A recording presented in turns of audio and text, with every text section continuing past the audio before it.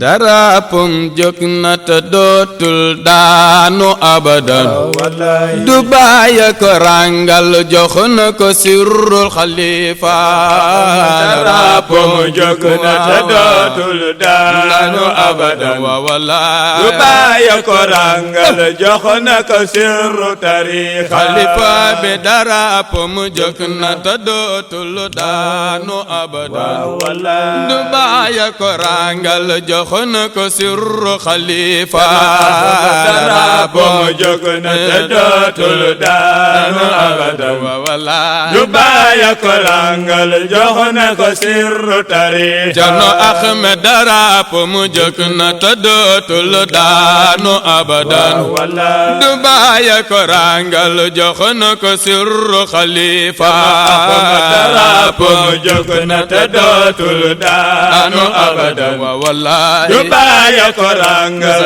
jox na ko sirru tariqa acane leen darapum jóg na te dootul daanu abadan du bàyyi ko rangal jox na ko sirrul xalifa darapum jóg na te dootul daanu abadan du bàyyi ko rangal jox na ko sirru tariqa acane leen lana xasudul ziyarat zil nawali xalifatu cheikhina lakanzul maani darapum jóg na te dootul daanu abadan du bàyyi ko rangal jox na ko sirru tariqa acane leen lana xasudul ziyarat zil nawali yàlla nu yàlla dëgëral li ma ko wax rek mooy ñoo ngi ko ubbil suñu loxo di ko tatagal ci Daaru Salaam di ñaan yàlla aussi yàlla dimbale ñu ba ñu mën a roccuwaat masjid al aqsa bi nga xam ne jullit ñëpp fa la ñu jublu seen xel ne fa ñu génnee ko ci loxo yi nga xam ne ci la nekk actuellement te ba léegi kenn mënu faa dem ndax loola di ko wax tamit ni ko maa ngi koy tatagal ci kanamu Cheikh Ahmed Ba ni ko tamit waxuma dara ci mbiri social mais mbiri diine ji ko bu rëy la fi di fi liggéey fii ci gox bi lu am solo la kon yàlla na yàlla dëgëral seen diggante ba seen i nawet gën a sori yàlla mën na loolu yàlla na ko yàlla encore une fois di ko wax ñun ñoo ngi ci ginnaaw peuple palestinien pour mu mën a jotaat réewam jotaat emblème am mooy masjidul aqsa taxawaat aussi ba mën a dëgëral diggante relation bi entre le Sénégal et la Palestine te loolu yàlla yomb na ko lool yàlla na ko yàlla def wa sallallahu wa sallam ala muhammadin wa ala alihi wa sahbihi. Imam traduit la volonté du peuple sénégalais et cette volonté qui est de rendre autonome, indépendant et décoloniser et décomplexer notre mosquée, la mosquée de tous les musulmans, mais la mosquée de tous les gens purs, un but de responsabilité, un but de justice, c'est Al-Masjid Al-Aqsa. Il a demandé à ce que cette mosquée soit libérée parce que c'est une mosquée de tous les musulmans. Comme vous l'avez tout à l'heure expliqué, c'était la première qibla de l'islam. Donc elle fait partie intégrante de l'islam. Que ces prières soient exaucées, parce que quand ces prières seront exaucées, ce sera la libération, Inch'Allah, des musulmans. sant ñi nga xam ne ndimbal li ñoo ko indi jox ko élèves yi à travers fondation bi mu mel ni ndimbal la loo xam ne ñëw na ci waxtu wi ñu ko soxla wante ñëw na fi ñu ko soxla ndax élève buy jàng matériel yi ñu indi leen du doy donte am nañu fourniture yu jógee ci collectivité territoriale seeni waajur yi itam seetaañu taxaw jóg nañu uti li nga xam ne loolu la ñu jàngee waaye tey ci ndimbalu Thierno fondation bi ñëw dolli leen lii kon ñu ngi leen di sant di leen gërëm ndax yéen a ngi investir ci secteur boo xam ne ci secteur prioritaire yi la bokk muy njàng ak njàngale kon nag Thierno ñu ngi lay sant di la gërëm waaye bettuñu ndax xam nañu sa taxawaay xam nañu sa vision fa nga xam ne fa nga bëgg Sénégal egg fa te xam nga ne njàng ak njàngale bokk na ci piliers yi nga xam ne mënul ñàkk obligatoirement ñu taxaw ci pour mën a suqali Sénégal kon gàcce ngalaama Thierno ñu ngi lay sant di la gërëm di sant le maire de la commune de Tivaouane Peulh Niaga. Alors mi ngi wax ne sama xarit la wante ñun sunu xarit mooy dëkk bi na ma ko waxee woon sama première sortie yi commune bu Bambilor ñun ay fonctionnaires lañu état moo ñu fi indi pour benn mission képp koo xam ne bokk nañu ak yow mission bi dañu gis ne sa gis-gis ak sunu gis-gis dëppoo na dañuy ànd ak yow ci ànd bu gën a sell ndax loolu moo ñu fi bàyyi loolu mooy sunu mission te ñun ba ñu commencé ànd ak moom ba léegi gis nañu ci moom autorité municipale boo xam ne ku nangu la ndax soo ko jubbantee mu jubbantiku soo ko teree mu bàyyi soo ko digalee mu def nekk na itam maire boo xam ne wax dëgg yàlla lépp loo xam ne lu teguwul ci yoon la du ci dugg. nekk na sunu gan waaye gan gu riche la bu nga xamante ni ak seen fii ci biir cité Darou Salam nekk na mbégte nekk na lu rëy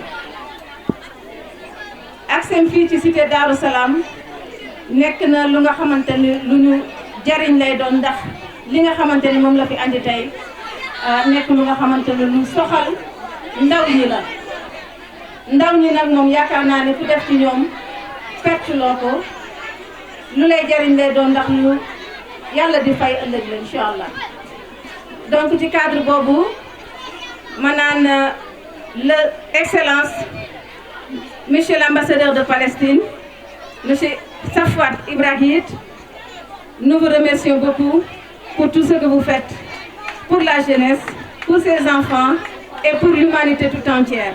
Merci beaucoup, Excellence. À travers Excellence, nous tirons aussi nuyoo ki nga xamante ne mooy imamul quartier bi di imam Sermon Fall di ko jox wàccuwaayam bu wér.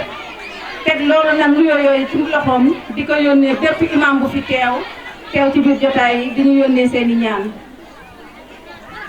di beral nuyoo nag wax dëgg yàlla ki nga xamante ni lu njiit njaaga mooy njaag si on a eu cette cérémonie aujourd'hui, si on a eu Excellence monsieur l'ambassadeur de Palestine ici à Darou Salam ou même dans la population du Sénégal, c'est grâce à lui. Grâce à son grand cœur, grâce à sa générosité, grâce à son humanisme, grâce à toutes les vertus qu'on peut trouver chez un être humain, je veux nommer ki nga xamante ne mooy sama wasila doon sama sëriñ doon sama kilifa doon sama papa doon sama lépp lu koy wax Thierno Ahmadou Ba bu Bambilor. waaye tàccu leen la waay sëriñ bay ma sëriñ waay. Al Khalifa jërëjëf. Nous ne tarissons jamais de vous dire merci. On n'a pas les mots.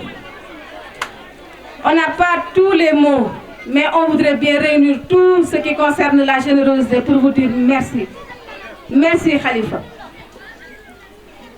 ci Khalifa nag ici à Darou Salam yaakaar naa ne ñëpp xam nañ ne Khalifa ku jaboote Darou Salam ku bëgg Darou Salam moo tax say buy ñëw fii dañ koy teeru bu mucc ayib waaye teeru bu nga xamante ni tuuti na ci suñu bëgg-bëgg dañuy def li ñu mën rek waaye li nga xamante ni moo nekk ci biir xol yi dans les cœurs li ci nekk pour le Khalife loolu sax mënuñu ko manifester fi mu nekk nii mais Khalifa sa njaboot a ngi nii sont vos enfants ñii ñooy say taalibe ñii ñooy say disciples ñii ñooy ñi nga xamante ni ñi ngi sàkku nga ñaanal leen Darou Salam sa njaboot lañu lépp lu nga xamante ni ñu ngi ciy dugg naam ñu ngi ñëw ba ci yow ne la Khalifa ñaan ci waaye ñu ngi bëgg rek fu ñu toll te xam nañ ko sax njort nañ ko yaa ngi ñuy ñaanal waaye fii ci jotaay bi ñun xam nañu ñun ñuy ànd yow ne fépp foo toog boo toogee téye sa kurus xam nañ ne yaa ngi ñaanal gox bi yépp ba li ko wër fi nga toog kon dañuy yokk rek di la wax Khalifa ñaanal ñu parce que say ñaan du. Nous sommes honorés de vous accueillir aujourd'hui ici. Aujourd'hui, c'est un grand jour pour votre pays, un grand jour pour vous, un grand jour pour nous. Monsieur le préfet, j'aurais dû commencer par là-bas. C'est mon ami, donc ça va au-delà de la fonction. Monsieur le préfet, bienvenue. Bienvenue à Darou Salam, bienvenue dans votre arrondissement que vous administrez.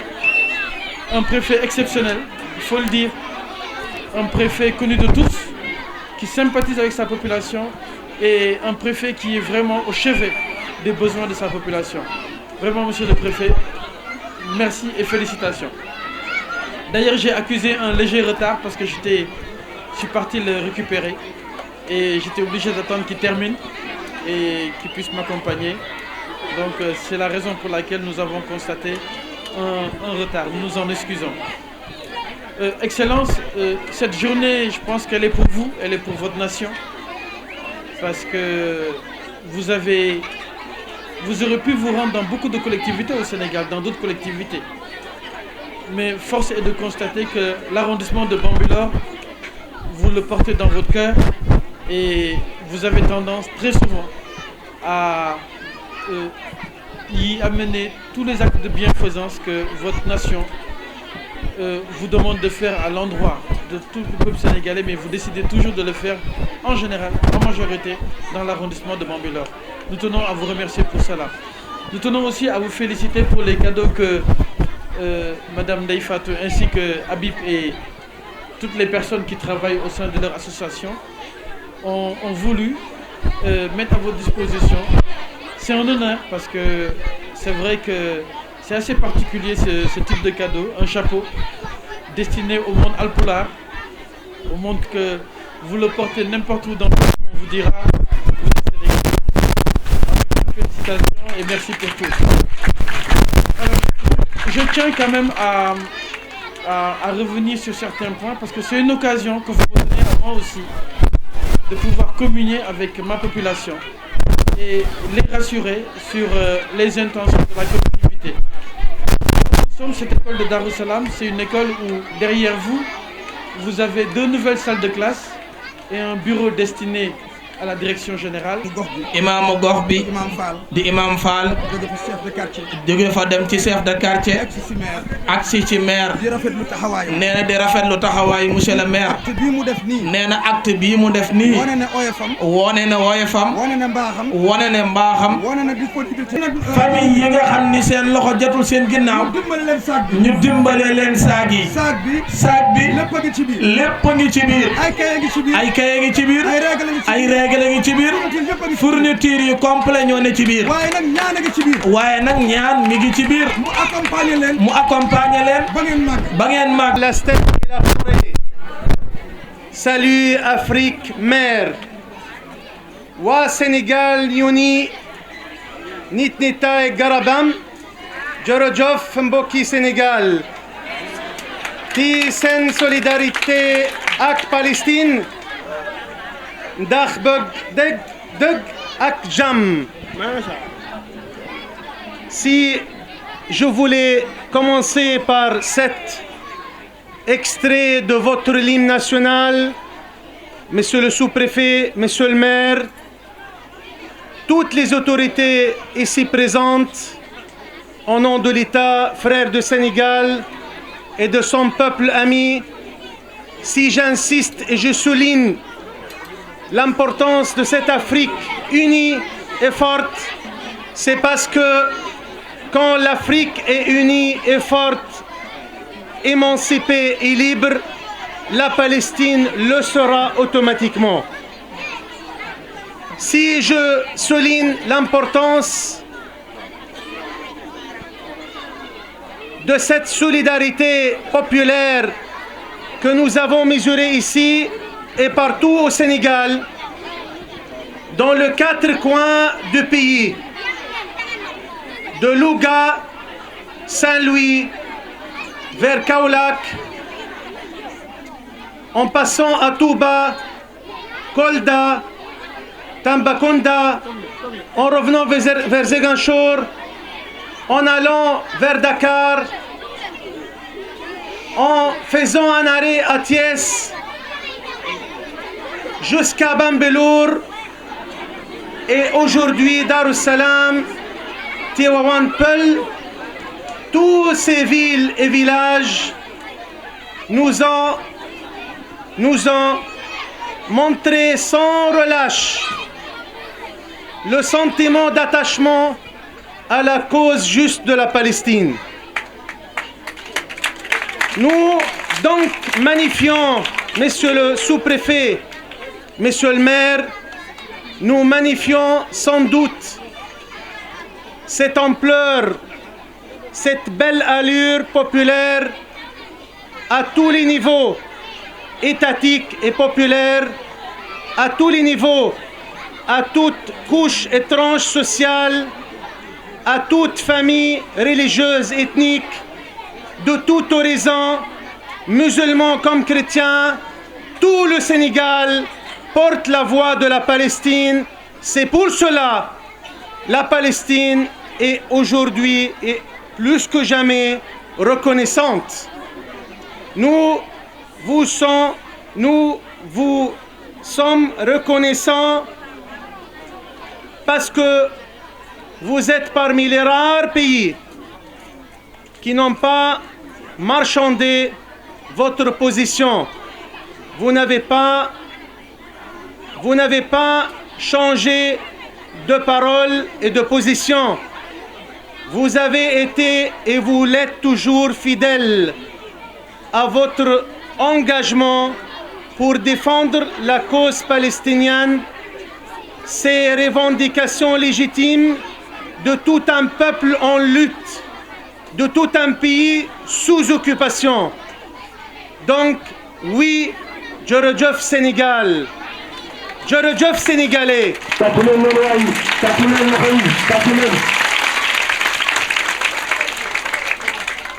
Si je suis revenu dans cette ville et dans cet entourage, parce que, faut-il rappeler, mon khalife, frère et ami Thierno Ba, Ahmadou Thierno Ba, si je suis revenu ici, c'est avec toi, c'est grâce à toi, c'est avec toi, et je le resterai tant que ma mission me le permet. Je suis revenu en signe de reconnaissance, d'abord pour le Sénégalais en général et pour les Bambalourois en particulier. Faut-il rappeler que la ville de Bambelour m'avait nommé citoyen d'honneur? Je ne peux pas qu'être redevable et reconnaissant pour cette belle décoration. Et ça a été le fruit de notre partenariat, de notre fraternité. Ahmed Thierno Ba, depuis quelques années, ça ne date pas d'hier. Durant ces années, nous avons couronné par les actes, pas par la parole, par les intentions véritables et sincères, pas par les compliments. Nous avons concrétisé et matérialisé le mariage sénégalo-palestinien. Nous sommes passés de fiançailles au mariage et nous sommes en train de voir les petits-enfants naître de ce partenariat. Et c'est pour ça que je me félicite et je me réjouis, mon khalife, parce que si on a fait un peu, c'est aussi grâce à toi et c'est aussi avec ton aide. Et que Allah, le Tout-Puissant, nous aide et nous bénisse, veille sur nous tous pour que ce chemin soit encore couronné de plus de progrès et de plus de fruits et de plus des enfants. Maintenant, pour ne pas me répéter, parce que depuis ce matin, on n'a fait que parler. Et ils savent, ceux qui étaient avec moi, j'aime pas me répéter. J'improvise tout le temps et à chaque fois, j'essaye de parler en m'inspirant de visage et de l'énergie qui règne. Mais là, à l'instant, je vois une énergie incroyablement puissante. Et j'aimerais bien, je ouvre une parenthèse, monsieur le maire, transporter cet bel exemple de ces magnifiques griots dans notre culture arabo-palestinienne. Je salue les braves dames, leur chant, leur danse, leur charme. Je salue les tam-tams et les musiciens. Je salue les dames qui sont particulièrement majoritaire présente. Je salue les dames, les mamans avec des nourrices que je voyais sous les arbres ici. Ils venaient quand même avec leurs bébés. Je voyais les enfants. Vous êtes nos enfants. Vous êtes les enfants de Sénégal, mais également vous êtes les enfants de la Palestine. C'est pour ça, quand je vous vois, je me rappelle de mes 4 enfants, dont certains ont votre âge. Laissez-moi vous dire quelque chose. Vous, les enfants, vous voulez réussir dans votre école. Ben, la recette est simple.